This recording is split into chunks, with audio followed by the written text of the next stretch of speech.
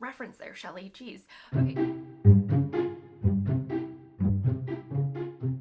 Hey everyone, hi, welcome or welcome back to my channel. Today I am going to be talking to you about, or I'm going to be revealing my top 5 favorite classic reads that I read in 2023.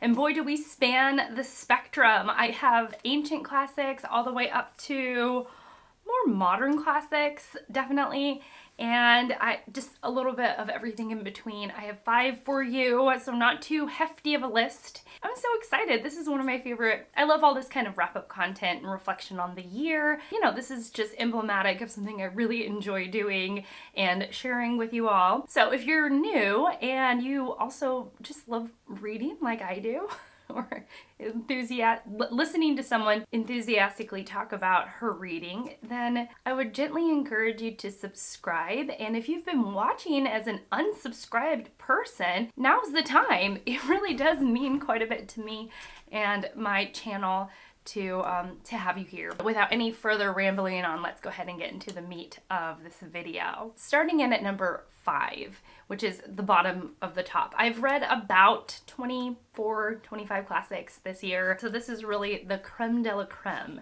the top of the top, at least for me. So number 5 is a book that is incredibly bleak. It makes this list because I cannot stop thinking about it. Interestingly, the characters are not empathetic at all. Like, I was not invested in their struggle. However, it took such a dark turn at the end, at the very, very end. The way it all sort of played out, I was so aghast and shocked at its bleakness that I haven't stopped thinking about it. So it's strange because, like, everything about the book, essentially, I would consider myself, like, it doesn't align with me as a reader, perhaps except for the fact that it has impeccable and incredible grammar. But the way the tale unfolded and the way that it ended, it has stuck.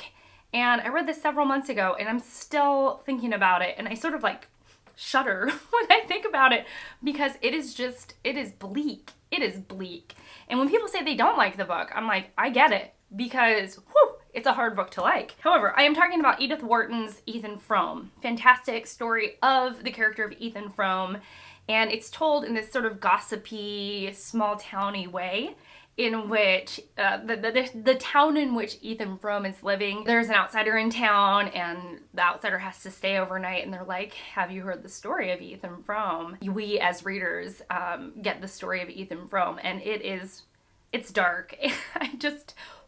I don't know, there's just a darkness to this book that got me, and I think it likely makes this list, but I'm not gonna keep on, beating a dead horse, but dark reference there, Shelley, jeez. It's just, it has stuck. It has stuck with me, and I just really, really enjoyed it. I mean, enjoyed, is that the right word? Really? Really? Ethan Frome was first published in 1911. I wanted to include that. So in 1951, this book was published. This year I got into mysteries. I would not call myself a mystery reader in the least before 2023. There was something that I didn't connect with. I was like, I don't really care who did it. I don't know. It's hard for me to get invested in some, like, who killed the person that I didn't know and I don't care about. But that has changed. That has changed this year. And I feel like there was a turning point in my reading, and I just understood why it was so fascinating. And I think that this book added a lot to my understanding of the pleasures of mystery. And it's more of a psychological type of book. Like, it's a historical mystery. It's more about thinking about the mysteries of history. And there was something about that really spoke to me as a person, like the way that history is written and who gets to tell the tales that come into our consciousness now, like who is the originator of those tales, and why do they get to be the originators of those tales? When something comes up that's contradicting to popular knowledge of history, what to do about that, like things that contradict one another or different theories that maybe buck the most popular one out there. All of that to say, I really enjoyed Daughter of Time by Josephine Tey. This was just a phenomenal read, especially if one is also interested not just in history, but in art and British Plantagenet history in particular. I didn't know anything about the Plantagenets. I'm not a Plantagenet girly over here. I'm just not. And I still really love this book.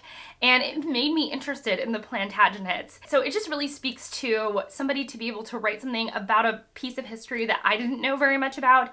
And not only did I learn a little bit more about that part in history, but also like the surrounding of the popular thinking of that period in the history and the way that that's flawed or might be flawed. So good. It was so good. I just thought it was a phenomenal read. I just loved it. It was so good. We're moving back in time. We're now at 1818. This is a reread for me. I read it for Remember December, a rereadathon that I'm hosting along with a bunch of other people. I'm going to leave all of the other hosts linked down below. They are awesome and absolutely worth following. I chose this book as my reread because I read it in college and I remembered one particular scene. That was really it. That I couldn't remember hardly anything else about this book. Even at this point in time now in 2023, I wondered if my thinking about that particular scene was faulty because that was the only scene that I remembered vividly. My reread was of Jane Austen's Northanger Abbey. This was a fantastic, phenomenal, amazing read. And I don't know if I would necessarily include rereads on this list, but to consider that I hadn't read it in, I don't know, 15 years or so. Like it's been a long time since I first read this, and considering that I really remember basically nothing about it, and then to come back and reread it and it feeling so fresh and new except for the scene that I remembered was just awesome. Like it was so awesome. I mean, Jane Austen's writing is second to none. She's such a brilliant writer. She's such a smart, not just a smart writer, but she's funny. She's got such good humor to her, and I love that in a book. I love when a book can make me kind of chuckle or laugh or smile, and Jane Austen was able to do that. Now the scene that I remembered, Catherine, right? Catherine Morland, that's right. I always second guess myself with names, but when Catherine Morland finds some papers in a chest of drawers, and when her curiosity gets the best of her when she's staying in a guest room at Northanger Abbey, the way that her imagination runs away from her, I feel like that was exactly how I lived my life when I was in my late teens and early 20s. I would just make everything so much more fantastical than it really was. Catherine Morland is such a lovable protagonist because she does have that romantic sensibility to her.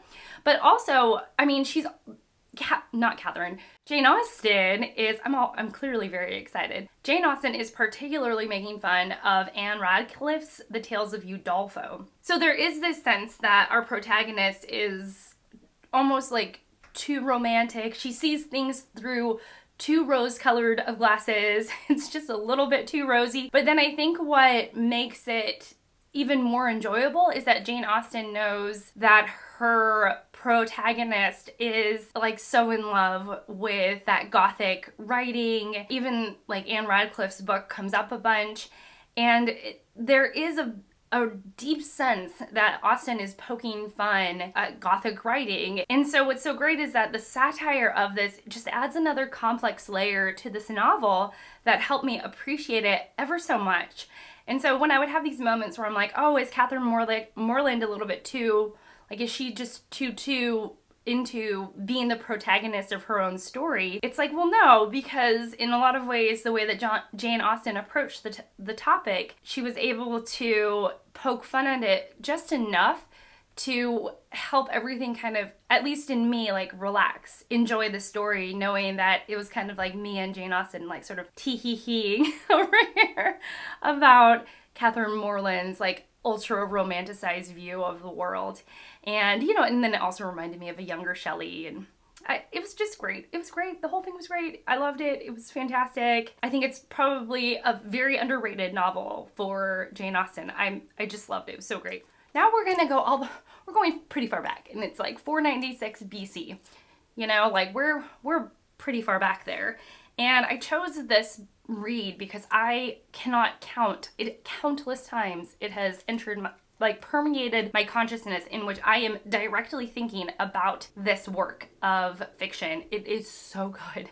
It's so good. It's Sophocles, his 3 Theban plays. This is amazing. Now, if I were going to choose one, it'd be Oedipus the King, which is truly all about fate. When I read it, I felt like I was missing something, and then the booktube community came out and helped me out with my understanding of this play. It really helped me get my mind around the specialness of this play, and once I got it, boy, it has not left my consciousness. Oedipus the King really showed me how long humanity has been asking the question, what role does fate play in our lives? And ever since then, I have seen the way that fate is characterized, whether, you know, can we control our destiny, or are we privy to the hands of fate at all times? What does that mean, and how does that play out in our lives? Ever since reading this, every single time I've seen fate pop up in a book, I'm like, that's interesting. Countless times we see writers writing in, even for a moment or two, you know, was it fate that brought these characters together, or did fate have no hand in it? Was it just by chance that these characters met and collided and their lives are now intertwined? It was so fascinating. And so part of this, one of the just incredible, the things that Sophocles was thinking about is so modern. It's so relevant today. I didn't expect that, and I do love a good surprise in my reading. I really do. And so for me, this was just incredible. It was so incredible to see the way that this writer tackles fate and how modern and how relevant it still feels. It's just incredible. I loved it so much. We're getting away from the BCE. We're moving way forward. We're moving far. We're just like taking a huge jump in time. We're gonna go to 1871. And this was one of the first reads this year for me, and I loved it so much. I just loved it. I didn't want it to end, and it is a thick book. It is a chunkster, and it definitely sits as my favorite read of 2023. It just happens to be a classic, and it is George Eliot's Middlemarch. This is phenomenal. I mean, it did take me about 100 pages to really start melding with the narrator and with her writing style. She is circuitous, roundabout, and she has a very articulate narrator. My goodness, it was utterly incredible. It really is about a province in England and the way this small town interacts with one another, and sort of small town life, politics, thoughts, and so on and so forth. But what was so amazing about this book were the characters. The characters were so nuanced. I'm not gonna cry. I'm not gonna cry. There were some scenes in here that really touched me. And I don't know if it's not a crying book. It's not a sad book. And I think when I talk about it in this way, people think, oh, I can't read that. It's so sad. And no, it's not. It's just that some of the things that George Eliot, was able to articulate in some of the scenes that happened, I connected with so deeply that in some ways this book is about living with the choices that you make, and when one makes choices from sort of an idyllic state and then having to face the consequences of those choices for a period of their life or for the rest of their lives, and what that might mean. It just really, really spoke to me, the way that in a lot of ways it's about growing up and maturing as a person, and as somebody who I think has matured myself. I have matured over the years, and to be able to not only give grace to my younger self, but to be able to carry some of these choices with a bit more finesse and a bit more grace that I have made in my own life, because I could see like the message, which it's not even message heavy. I could see what George Eliot was trying to convey in her writing with her characters, and the choices they had made, and the way they had to carry and mature they carry these choices out with throughout their lives and with the choices that they made in their lives. It just really spoke to me, and I thought it was just phenomenal. There's also, I think, the mic drop moment for me, and I'm not going to spoil it, but it's at the end, and there is a very, to me, forward-thinking feminist moment at the very end of this book, and it touched me to my core. I just loved it. I loved it so much. And I love that that's the direction that she took it in. And I just love this book. Again, I mean, it's a chunkster. It's a hefty boy right here. I just loved it. I didn't want it to end, which is saying so much. And it's so good. Such amazing characters, and my goodness, I can just see why it's sometimes hailed as the greatest novel of all time, because it was just beautiful. It was so beautiful. I'm gonna stop ranting. I've been ranting and raving and praising this book all year, and now 2023 is over, and it's gonna have to, like, you know, kind of make way for other new favorites. But man, this was such a great book. So you must tell me your favorite reads, the books that stood out to you the most, maybe the ones that touched you emotionally the most. That I really want to know that, as I myself just felt a little emotional talking about Middlemarch. I can't help it. Please tell me your favorites. I must know. I would like to know. Just share. I did my sharing. It's your turn. And that's it for me. So thank you so much for watching. Thank you so much for being here. I am so grateful for your presence and spending this time with me. And I will see you all in my next one. Bye.